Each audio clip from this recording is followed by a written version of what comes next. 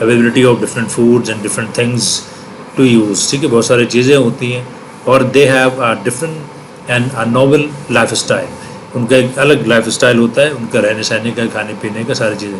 یہ کہ ہمارے معاشرے کا ایلیٹ کلاس کی بات ہو رہی ہے. تو رچ لیوز سے مراد وہ ہے ڈرنکنگ رین, یعنی کہ جو بارش کے قطرے زیادہ اس پہ پہلے برستے ہیں, یعنی کہ پہلے اللہ رب العزت کی طرف سے نعمتیں ان کو دی گئی زیادہ. پھر کیا ہوتا ہے کہ جیسے بارش کے قطرے اوپر والی کلاس اپنے پیاس بجھانے کے بعد نیچے والوں کو قطرہ قطرہ کر کے دیتی, اسی طرح وہ بھی اپنی ضرورتیں پورے کرنے کے بعد آمس کی صورت میں, چیریٹی کی صورت میں, ٹھیک ہے, تو آپ کہہ سکتے ہیں ہمارے یہاں زکوٰۃ, صدقہ, خیرات کی صورت میں دے گیو اٹ ٹو دا پور. اب جو پور کلاس ہے, جو غریب ہیں, ان کو وہ اس صورت میں دے دیتے ہیں, تو ان کے کام بھی ہو جاتے ہیں. ٹھیک ہے جی, جیسے وہ قطرہ قطرہ کر کے, تو قطرہ قطرہ سے مراد یہ کہ ظاہر ہے کبھی صدقہ, کبھی خیرات, کبھی مطلب چیریٹی, کبھی فطرہ, تو مختلف طریقوں سے یہ ان کو دیتے ہیں, تو وہ ان کے کام میں آتے ہیں. جس سویٹ نوائز ٹو ہیئر. اب یہ آواز سننا, اب دیکھیں یہ it has a double meaning. اب پہلا کیا ہے کہ جی جو بارش کے قطرے جو گر رہے ہیں پتوں پہ, وہ بڑی خوبصورت آوازیں سننے میں, جو اس کو پی رہے ہیں, ٹھیک ہے, نیچے وہ کہتا ہے جو ہری ہری پتیاں جو اس کو پیتے ہیں, یہ بھی بڑی خوبصورت آواز ہے. دوسرے آپ یہ سمجھ لیں کہ جو سمبالک اس کا میننگ ہے وہ کہ یہ جب یہ نظام بڑا خوبصورت نظام ہے, ٹھیک ہے, اور جب اس طرح کے کام ہوتا ہے کہ غریبوں کو جو دیا جا رہا ہے امیر اپنی ضرورت پورے کر کے, تو یہ دیکھنے میں اور سننے میں بڑا اچھا لگتا ہے. اوکے, سو نیکسٹ ہے and when the sun comes out. جب سورج یعنی کہ نکل آتا ہے, نکلتا ہے, after this rain shall stop, جب یہ بارش رک جاتی ہے یا رک جائے گی, جب سورج نکل آتا ہے, wonders light will full. Wonders کا مطلب ہے ویری برائٹ, بہت زیادہ روشنی. اب وہ کہہ رہے ہیں سورج سے نکلنے کی مراد ہے کہ جب یہ نظام چلتا ہے, یہ نظام قائم ہوتا ہے جی, دینے کا, گیو اینڈ ٹیک کا جو نظام ہے, جب امیر جو ہے وہ when they have used all money and wealth and they have fulfilled their needs, so after that they pass out this money to the poor. یہ جو نظام ہے, تو کیا ہوتا ہے کہ جب ونڈرس لائٹ ول فل, ایک آنکھوں کو خیرہ کر دینے والی روشنی نکلتی ہے, بھر دیتی ہے, ایچ ڈارک گراؤنڈ ڈراپ, ہر اندھیرے اور بے نور قطرے کو, یعنی کہ ہر غریب تک اس کا حق پہنچ جاتا ہے.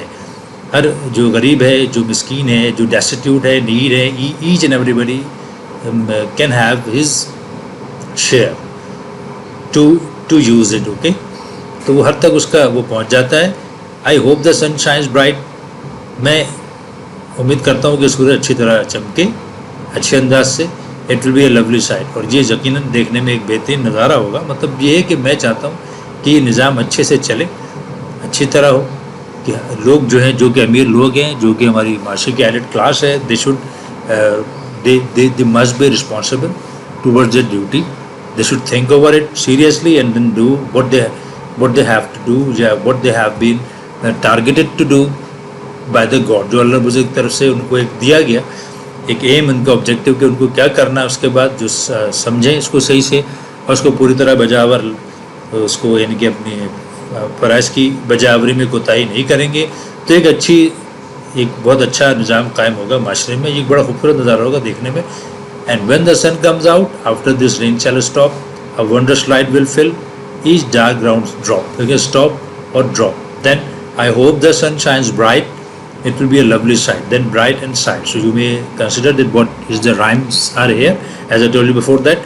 So do you also like the sun coming out after the rain? Yes, of course, no doubt. I also like the rain when after the coming of sun after the rain has stopped. So students, we have discussed the poem.